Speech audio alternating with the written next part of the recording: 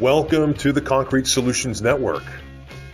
This is our second episode of the Concrete Solutions Network podcast. This morning we have an extremely special guest. I'd like to introduce Mark Phillips from Front Range Specialty Products Incorporated out of Highlands Ranch. Mark, welcome to the show. How are you, man? Oh, doing great, Chris. How are you, buddy?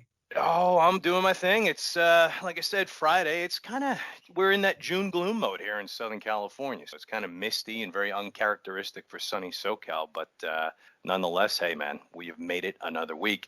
Mark, I'm going to just set the stage a little bit here this morning with a topic that's, I think, very important for listeners out there, especially, technical reps, regional managers, whatever your title winds up having you identified as. And that is kind of the network of, if you almost want to envision a triangle where you take, just listeners out there, draw a triangle on a piece of paper in your mind's eye and envision one point of that triangle being stocking distribution, a second being skilled and trained contractors, and a third being the specifying engineering community. And then in the middle of that triangle, put a star. And we're going to go three-dimensional on this thing. Imagine that star as an independent representative that's representing your brand as the manufacturer in a geography where you can't always be every day. That person is your boots on the ground and your eyes and ears at pre-cons, at job sites, because you just physically can't always be two different places at once. Mark, you've been doing this a long time in that role, and so I want to open it up to you and just have you go on about your experiences throughout the years that you've been doing this as an independent, and then also too just tie in how important it is to have good communications and relationships with each of those 3 points of the triangle. So I'll turn it over to you, Mark. What do you got? Yeah, Chris. Yeah, those are great points and great subject actually, because it's everything. The first point on that triangle, of course, is the architect, engineer, the designer of the project, whether it's new construction, restorative. More often than not, there's going to be either some type of building envelope waterproofing consultant or engineer. You're going to have some type of architecture firm working on it.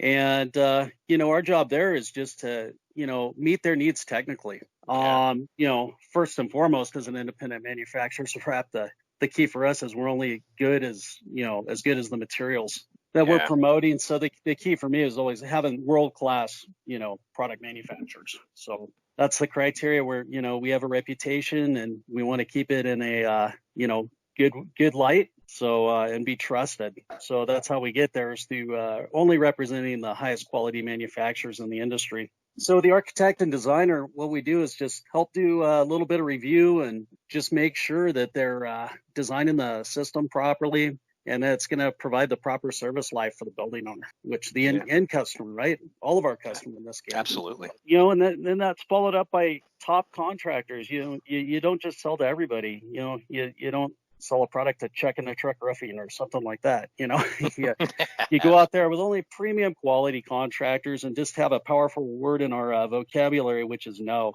If somebody doesn't fit the bill and is going to embarrass us or not do a proper job, they can definitely work with our competitors. We're happy to let them sell to them. So absolutely. And then of course the third piece of the pie is the distribution, and how we support them is through just doing our job as a manufacturer's rep and teeing up opportunity for them, for one. And that happens on the first two components, through the design community, through specification, and having contractors and relationships with them to where they actually want to use our product, right? Yeah. And for the distribution arm, they're so valuable because we need the product locally. Contractors don't tend to plan ahead. And also, whether it's a general contractor saying, oh, you were 3 weeks out, but we're ahead and we want to stay ahead, we need you here 2 weeks sooner, type dynamic. So that's pretty much the 3-prong approach that we look at every day. And so we have 3 customers within this industry, if you don't count the building owner, which sometimes we work with them as well. It's a good point. Yeah, that could kind of add another whole element to it, Mark. Great expansion on all 3 of those aspects of it. Mark, in your experience, I've had the privilege of being able to work with you on my trips out to the Rocky Mountain State, God's country, as I call it. And I've seen the way you do things. It's interesting. I don't care who you are or what you do for a living. At some point in time, you're always selling something. I mean, I try to sell, hey, have my kids pick their shoes up and put them away. I try to sell whatever. Everybody's always trying to, convince somebody to see things their way to some capacities today. You've got a philosophy and you have an approach that we've actually adopted here in training our younger guys, and that is the help approach, right? So people are like, well, what is that? That sounds very basic, and it is, but man, I have seen it work its way through a lot of issues and just kind of be a very calming way to approach people as it relates to solving a problem and having them see your way. So again, getting back to the sell versus help, you lead with the help thing. Your thing is, and I've seen this, you just want to see how you can help people. And you almost make, it's funny when I tell people, when I'm doing my thing, it's, hey, how can I help you? Okay, well then here's what I have in my toolkit to potentially help. And then if everything works out, the quote unquote sale, it's a natural progression and it will follow. So talk a little bit, Mark, about your success, kind of maybe where you got that, if there was a mentor in your career that gave you that idea to, hey, take a step back. Don't be so anxious to sell. See how you can help. And tell us, if you could, Mark, for the listeners out there, tell us how you adopted that and why you lead with that. Yeah, those are really good points, Chris, and how we try to behave the best we can. We don't always succeed, but for one thing, I hate the word sales. I hate the word salesman. I mean, I'm with you, man. I like more, technical resource, is what I like to try to be, because terrific. Honestly, the sales, the end game, it's how I make my living is by the products moving. But I'm never here to force feed anybody anything. There it is. It's just, we're either a fit or we're not. Yeah. And it's fine if we're not, we aren't for everybody. And when we're not a good fit, I'll be the first one to raise my hand and say so, just, hey guys, get us on the next one, just continue to call me if you would, and, we'll help you when we can, but you're helping them by sending them in the right direction, so you are being a help to them. Yeah. But, with regards to the help thing and kind of where it came from, I had to check my attitude one day. It's like 5:30 and I was just getting home, pulled up next to my house, and, this guy calls me. It's an engineer, and it was a tiny job. And for the sake of the sale, it was going to be, a very minimal, $2 bucket deal. I was going to lose money on this prospect, obviously, as far as the time commitment. I was looking at like a 4-hour time commitment just to help this guy to sell probably $300 worth of material. Yeah, that type of deal. Unbelievable. Yeah. But I just kind of paused myself, and I was like, oh, man, the guy just needs help. He's calling me for a reason, and just take care of him, and it's those attitude checks, and it just comes from a healthy attitude and the way I'd want people to approach me in business as well. Golden rule type stuff. Yeah, absolutely. Just take care of people, and the end results come as a result. And the irony is that gentleman has specified, me and uses me as that trusted resource. And we're probably on our 20th job together now. Imagine that. Ain't that something? Yeah. It's amazing. And the reality was nobody else was taking care of him or helping him, because it seemed like small potatoes at the time. But the reality was, and just sheer numbers as far as the quantity of jobs. But then some of these jobs have been flat quality, really darn good jobs, and, with some really substantial volume to them. So, having that good attitude is everything. Yeah, Mark, that's important. And I tell you, it's interesting to align yourself with the right people too, right? For us, we always tell the guys here when you're sitting across the desk from a distributor that you may want to have stock the material, or even even an independent representative. I remember our first meeting, man, Dukes in Huntington Beach. We had a lunch. I remember it well, man. And it's like kind of a spy versus spy mode. You have to align yourself with the right people, and not everyone is going to like you, and vice versa. And that's life, man. I mean, not to get philosophical about it on a Friday morning, but that's just how it goes. Awesome point, Mark, on the help thing. Your experience with the value, and this is a bit obvious, but your experience with the value of just getting down to brass tacks, and this ties into our first episode. We talked to, American Restore here in Huntington. We talked to Ben Ball a little bit about the idea of adherence to manufacturers' guidelines and things like that.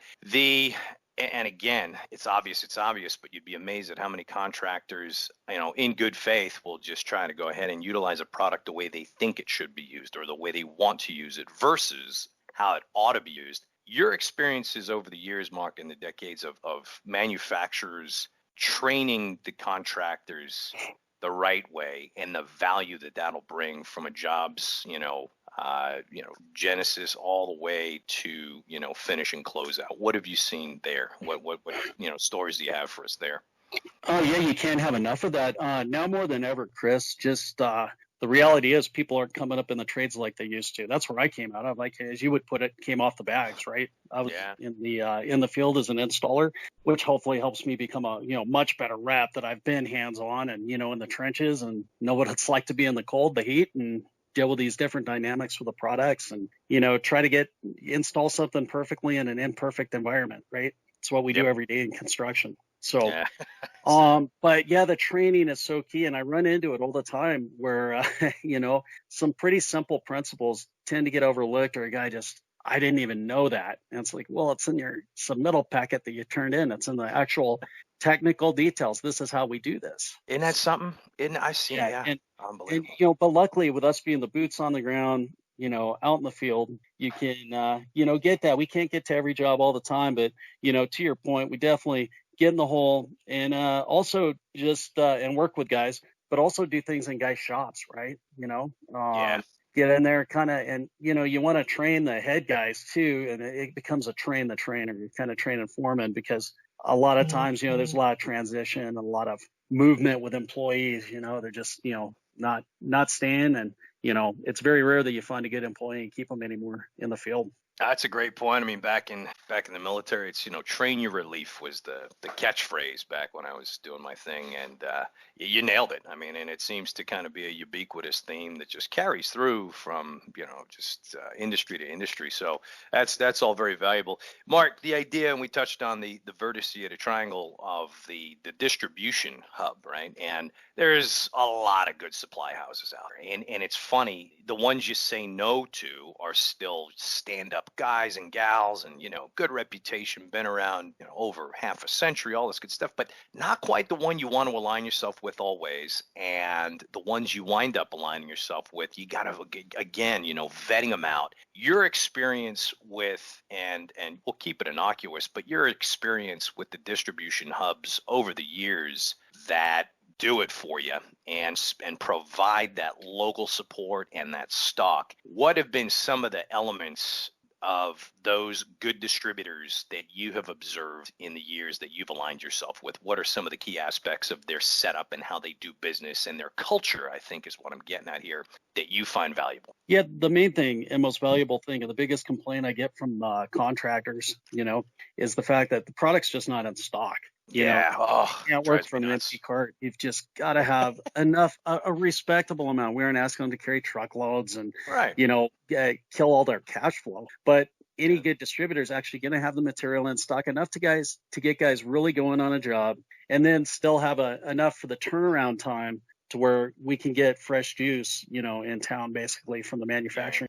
plant. So that's a big key, and it's something that not all do. And I was on the distribution arm of this business, and for a good bit of my career, and that was really a big key that differentiated us from the other guys, is the fact, hey, we had it in stock. A huge thing is know what you don't know and be honest about it. What I mean by that is, somebody will call in on the counter, talk to a sales rep with a distribution team on a technical question. Well, really, I appreciate when they are technically sound and do know some things, but if they don't know, they really need to pump the brakes and just stop and get the person on the phone who does. No pride involved here. We just need facts. And Mark, that's a great point. If you don't know something, that's okay. I was like, I didn't know the sky was blue till somebody told me. I just didn't know, right? That's it. There so you either know or you don't know. Yeah. But that's really key, is them and knowing their resources and utilizing us. Just to say, hey, they may try to reach me. I try to be as responsive as I can, but I go in design meetings and it'll be 3 hours sometimes. So I am away and out of pocket. So just be willing to pick up the phone, call the tech desk over at SealBoss or whoever the line may be, and, get the information for the end user. But, don't BS anybody. If you don't know, it's okay. But don't get bad information. I mean, what we do is so high risk and high liability in the building envelope realm that, 85% of construction litigation is water. So we don't have the chance to have a bad day. We can't have a bad day because they're going to bring lawyers, guns, and money at the end of it. That's exactly. Water, right? As I coin it, the battle axe or the broadsword of life. You have to have it to live, and man, it can certainly wreak havoc on a situation. But to the point, Mark, and getting back to what you were saying about just don't BS anybody. I remember going to a school a long time ago, and there was a senior chief, in the Navy, and he used to have a good phrase. He said, "Don't brief what you don't know." And it's just it's basic, but I think in this world of ours, we try to turn molehills into mountains, and we just want to, nuke everything and make everything a big deal. Nah, boil it down, get down, take the meat off the bone and, focus on the bone for a second. Just say, hey man, these are basic principles of life. Nonetheless, the intricacies of building envelope construction. The idea of just kind of, having that knowledge. And I'll say this for the listeners out there, and you regional managers, you tech reps, all brands, and I'm sure you guys can side with me on this. This is just essential. Train the people that are carrying your lines. Make the effort. Hop on a plane. Take a long drive. Get those people behind the counter. And look, and I'm not going to talk too much about this, but get those people at least up to speed to where on the basics they've got it covered. And then to Mark's point, like you were saying, Mark, if they don't know something that's a little in the weeds, get that phone number to that contractor if you're standing behind that desk, guys and gals at the distribution hubs, and have them call the manufacturer's rep. All right, that's why we're here. We're here to support, and it's all about support. So, Mark, that's a great point. And then just in closing, Mark, if you could, you mentioned the idea about you got building owners, and there's a lot of facets, just to generalize it, with building envelope. The kind of the integrated project delivery approach when you're sitting at a table, and I always refer to this, the Denver Botanic Gardens project. I watched you mastermind a pre-con meeting there, and it was really neat to just have you give your input and kind of run that meeting where there were no lines drawn in the sand. Everybody was in on it together. Over the years, you've been doing this part of it, Mark. What are some of the things that you have adopted in terms of the way you conduct yourself and get everybody in that room to have that we are one type of mentality? What has been employed by yourself over the years that has led to the success with those types of situations? Yeah, that's a good question. The main thing I try to do first and foremost is get everybody in the room to understand why we're doing what we're doing and the importance of it. Again, with water, you can't stress it enough. It gets overlooked. It's buried. It's not one of the sexy items, if you will, in a building. It's not the doors and the hardware and all that good stuff. Yeah. So it does tend to be overlooked. And what I find is when people actually understand why, other than the architect drew these pretty lines on this piece of paper and this is where it's supposed to go. But when, the electrician and the plumber, let's say we're talking blindside waterproofing, for instance, we're going to use some of our grout tube, blindside waterproof membrane, which honestly, shotcrete in the water table is the single most difficult thing we do in that industry. Absolutely. It's not even close. And so, just get everybody on board with that. Hey, this is why we're doing it. And when we tell you or ask you not to do something with our product, there's a reason for it. And then when they get that understanding, usually what I find, it's just communication and understanding. We're trying to be jerks or prima donnas and expect perfection. But when we look at a concrete substrate and say, hey, that's not good enough for us. But then it's like, instead of just saying it's not good enough, here's why. So I think that's the biggest tact, and just understanding how it impacts the others too, and being respectful of that. Hey, we're asking you to do this. What is the impact?